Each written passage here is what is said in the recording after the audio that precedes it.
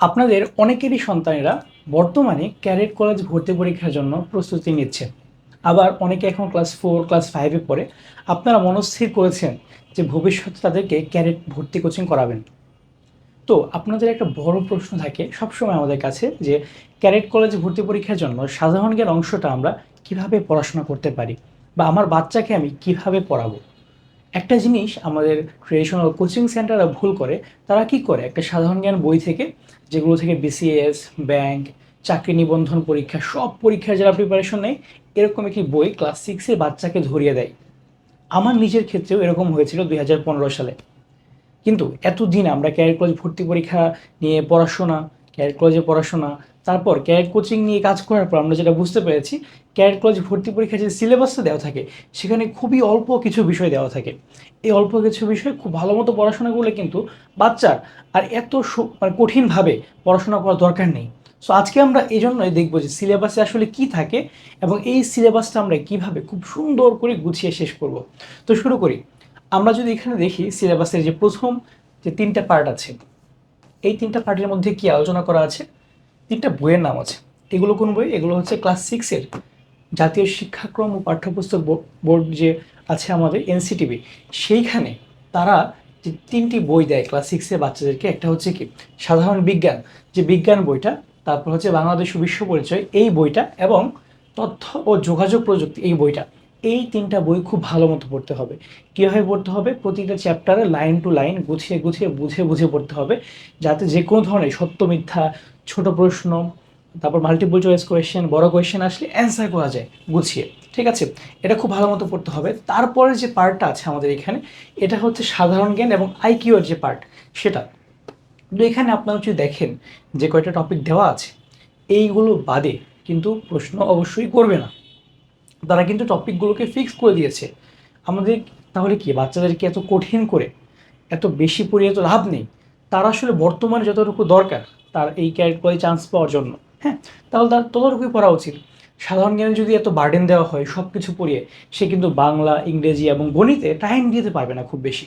So আমরা দেখব প্রথমত কি আছে এখানে, বাংলাদেশের শিল্প ও সংস্কৃতি। এই যে বাংলাদেশের শিল্প ও সংস্কৃতি নিয়ে পার্ট, এখানে কি আলোচনা করবো আমরা? বাংলাদেশের যে আর্ট কালচার, মুভি, ফিল্ম, তারপর হচ্ছে আমাদের যা যা আছে, গান, নাচ, এই সব জিনিসপত্র নিয়ে। যেমন কি কি প্রশ্ন আসতে পারে এখান থেকে, যে ভাওয়া কোন অঞ্চলের গান, তারপর গম্ভীরা কোন অঞ্চলের গান, মনপুরা 70, এই যে আর্টটা, এই আর্টটা কার? এই জানোয়ারদেরকে হত্যা করতে হবে, এই যে আর্ট, এটা কার করা? ঠিক আছে।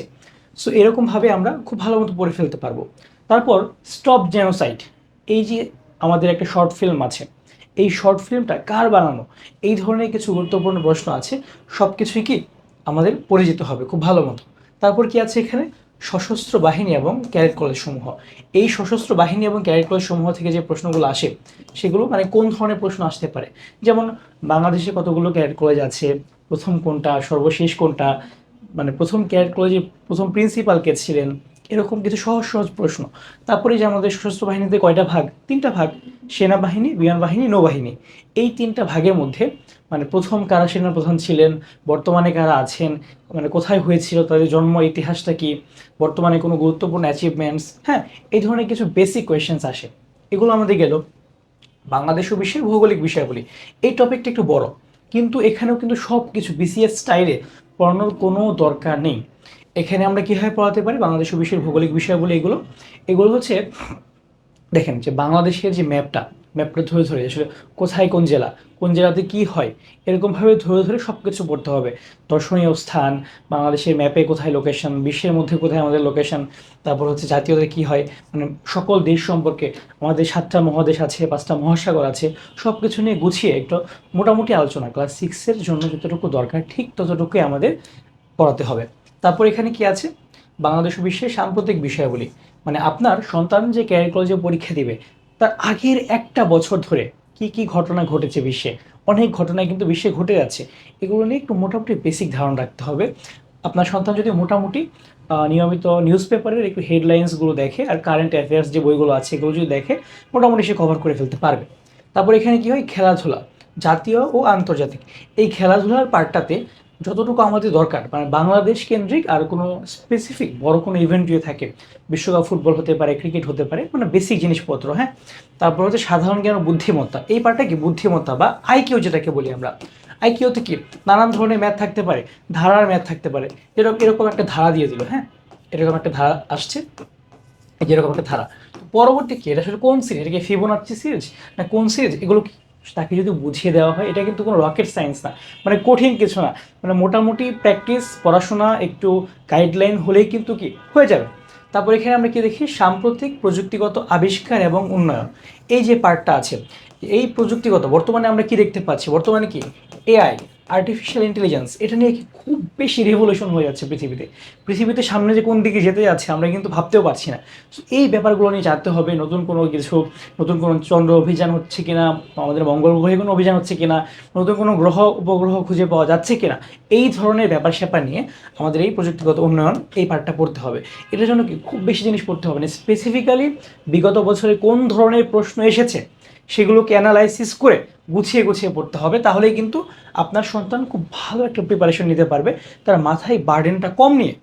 তারপর এখানে দেখি আমরা কি বাংলাদেশের ইতিহাস, বাংলাদেশের ইতিহাসটা কবে শুরু হয়েছে, আমরা কিভাবে পড়াই বাংলাদেশের ইতিহাসটা, আমরা অন্বেষণ ক্যাডেট একাডেমি থেকে কি মানে জাস্ট কাঠখোট্টা মুখস্থ করাই না, একদম বাংলাদেশ যে একটা দেশ, হ্যাঁ, এই যে বাংলাদেশ আমাদের একটা দেশ, এখানে একটা ম্যাপ আঁকাচ্ছি আমি খুব দ্রুত, এই বাংলাদেশ দেশটার উৎপত্তি কিভাবে হয়েছে, বাংলাদেশের মাকে, বাংলাদেশকে আমরা কি বলি নদীমাতৃক দেশ। নদীমাতৃক দেশ মানে কি, নদী মাতা যার, মানে বাংলাদেশের মা কে নদী।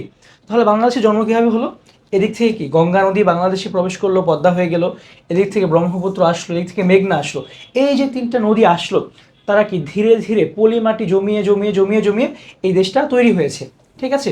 এরপর এই দেশের প্রথমে কারা আসলো, কারা বসবাস করেছে, প্রথম কারা আসলো, অস্ট্রিক, দ্রাবিড় নাকি নিগ্রোয়েড নাকি মঙ্গোলাইট, তারা আসলো কিভাবে, ঠিক আছে। তারা আসার পরে তারা বসবাস করছে করছে, তারপর আমরা মানে প্রাচীন কোন যে শাসন আমল আমরা দেখতে পাই যে মৌর্যরা প্রথমে শাসন করেছে আমাদের এই দেশটাকে, তাদের এই শাসন আমলের পরে আস্তে আস্তে কি আমাদের এখানে আমরা কি দেখতে পাই, গুপ্ত যুগ দেখতে পাই, শশাঙ্কের কাহিনী দেখতে পাই, পাল যুগ, সেন যুগ, এইভাবে আস্তে আস্তে কি ব্রিটিশরা আসে এক সময়, তারপর কি পাকিস্তানিরা শেষ পর্যন্ত আসে, এরপর আমরা 1971 সালে 16 ডিসেম্বর স্বাধীনতা অর্জন করি। এইভাবে সিস্টেমেটিক্যালি যেগুলো দরকার আপনার সন্তানের জন্য সেগুলোকে আমরা গুছিয়ে গুছিয়ে পড়াবো ইনশাল্লাহ। তারপর পৃথিবীর ইতিহাসের গুরুত্বপূর্ণ ঘটনাসমূহ, পৃথিবীর যে ইতিহাসটা, পৃথিবীর ইতিহাসটা কোথা থেকে শুরু হয়েছে অল্প একটু একটু করে দেখিয়ে দেখিয়ে আমরা যেগুলো বেশি গুরুত্বপূর্ণ, যেমন প্রথম বিশ্বযুদ্ধ, দ্বিতীয় বিশ্বযুদ্ধ, স্নায়ুযুদ্ধ, এই যে একটা মানে ফ্রেমওয়ার্ক, একটা বাচ্চার জন্য যতটুকু দরকার, ক্লাস 6-এর একটা বাচ্চার জন্য যতটুকু দরকার ঠিক ততটুকুই পড়াতে হবে। আপনি যদি বেশি বার্ডেন দিয়ে ফেলেন জিকেতে, সে কিন্তু পড়াশোনার প্রতি কি আগ্রহটা হারিয়ে ফেলবে।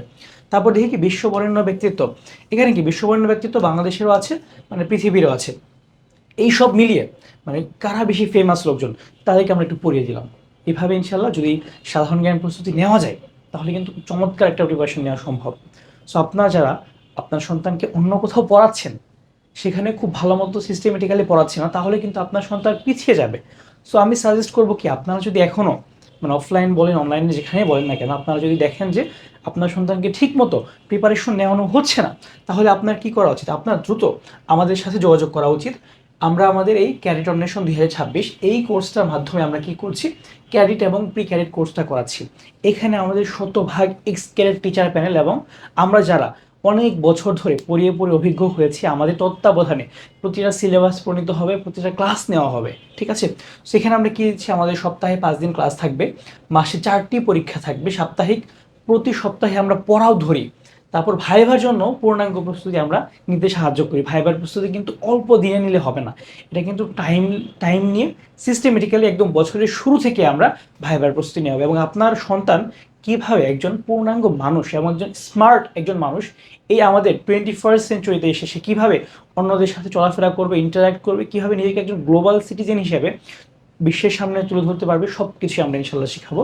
তারপর দেখেন আমাদের এখানে থাকবে 1-to-1 mentoring, x cadet teacher panel, এবং ঘরে বসেই বেস্ট প্রস্তুতি, এবং তাছাড়া আমাদের কোর্সে ভর্তি হলেই বেস্ট ম্যাটেরিয়ালসও কিন্তু পাওয়া যাবে ইনশাল্লাহ। আমরা ক্যাডেট কলেজ ভর্তি পরীক্ষার জন্য সবচেয়ে ভালো ম্যাটেরিয়ালস আপনাদেরকে প্রোভাইড করব, একদম সিস্টেমেটিক্যাল, যতটুকু লাগবে ঠিক ততটুকুই। এবং আপনারা যদি ভর্তি করাতে চান শীঘ্রই আমাদের এই নাম্বারটাতে হোয়াটসঅ্যাপে যোগাযোগ করতে পারেন এবং আমাদের ফেসবুক পেজেও মেসেজ দিতে পারেন।